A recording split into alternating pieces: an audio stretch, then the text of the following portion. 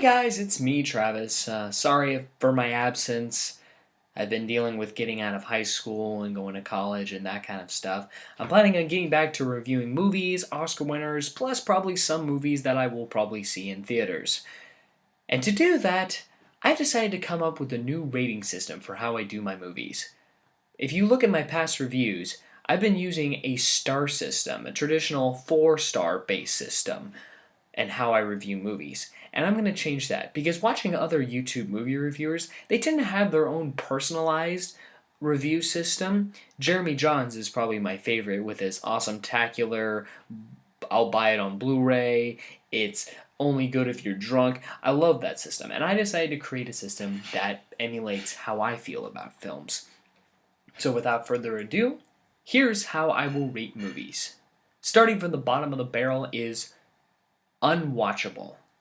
This is a movie, I don't care how good the technical effects are, I don't care about any of that. If the story is just not good, if it's shot weirdly, if there's just something about this movie that's just unwatchable, like I can't watch it, like I feel like I want to hurt myself in an emo way after watching this, then it's unwatchable. It gets the lowest common denominator. Prime example of this, in my personal view, is Transformers Revenge of the Fallen. After watching that film, I hated myself for watching that film. I hated myself for liking the first one because it was so bad, it made me ask myself, why did I like the first one? Because this one is absolute garbage. Next up on my list is So Bad It's Great. Movies like Tommy Wiseau's The Room and Batman and Robin, which they're just so bizarre and so bad in every single way that you can just, all of a sudden, you're just laughing at the film for how bad it is, and you can get a group of people together and watch the film and have a great party viewing of it.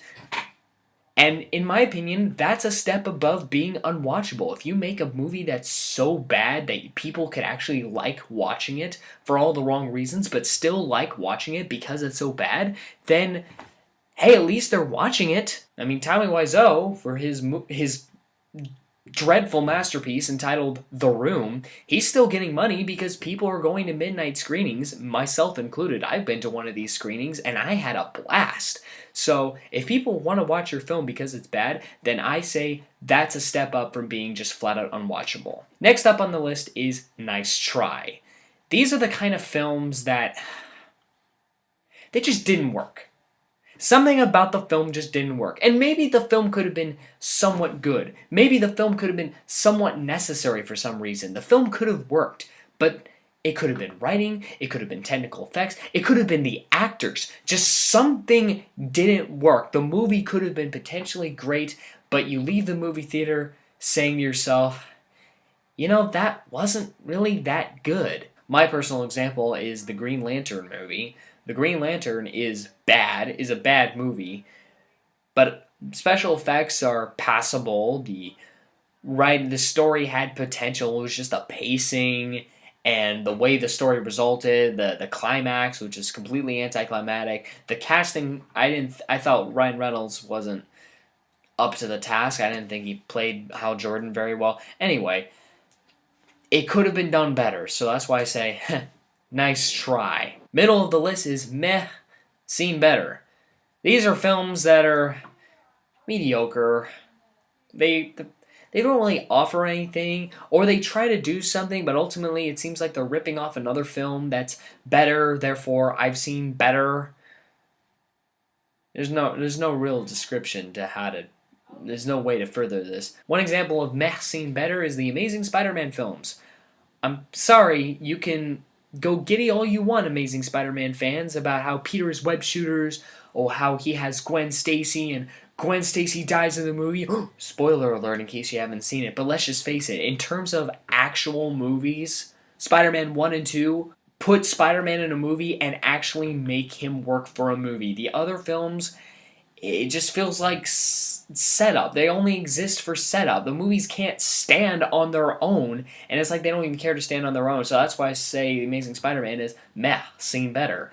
Then we have decent. You don't feel like you've watched anything really monumental, but you leave the movie thinking, it wasn't that bad. It was fine. It was fine. It was all right. One example of this is the movies with Thor in them, not including the Avengers, of course. The Thor movies feel like filler, and then you have Tom Hiddleston in there just being Loki, which is really good. And then sometimes there are plot inconsistencies or plot contrivances. The villain in Thor 2, Malekith, let's just face it, he sucked. But I didn't leave the movie feeling like I wasted my money. I felt like I left Thor 2 thinking, that wasn't that bad. That was good. That was good. That was good. It was a good Marvel Cinematic Universe film. I'm using a lot of superhero films, but let's just face it, that's why we go to the movies nowadays, to see superheroes. Next up is Certainly Worth It. These are the films that you won't leave with mixed feelings about, but then somehow have a positive view. These are the films that you leave with a positive view about. My examples of this are the Raimi Spider-Man films, well, 1 and 2. Also, Batman Begins. These are films that, for the most part, did everything right. They do everything right. They offer something new and interesting, and you will leave the movie liking the movie. You will leave the movie liking the movie, probably loving the movie, and you don't feel like you wasted your money because you feel like the filmmakers actually made it pretty well. And finally, the top of my ratings list is the film is a bucket list film. These are the films that you should watch before you die because they are so good. Let me list off a few here. Avengers, The Dark Knight, any film in the original Star Wars trilogy. From the films that I've reviewed, All Quiet on the Western Front. All Quiet on the Western Front was the one film I've reviewed in this whole Oscar movie review thing that I've been doing on this channel that I feel like I was so glad that I saw before I died. Because it was that good of a war movie. It was old, but somehow it aged well. Because it was just so gritty, and it got the book right, and it just exemplified war really well. If it's a film that you need to watch before you die, it is a bucket list film. And that's my movie rating system. Catch me later on this channel when I begin to utilize it. So, thanks for watching, and I'll see you next time.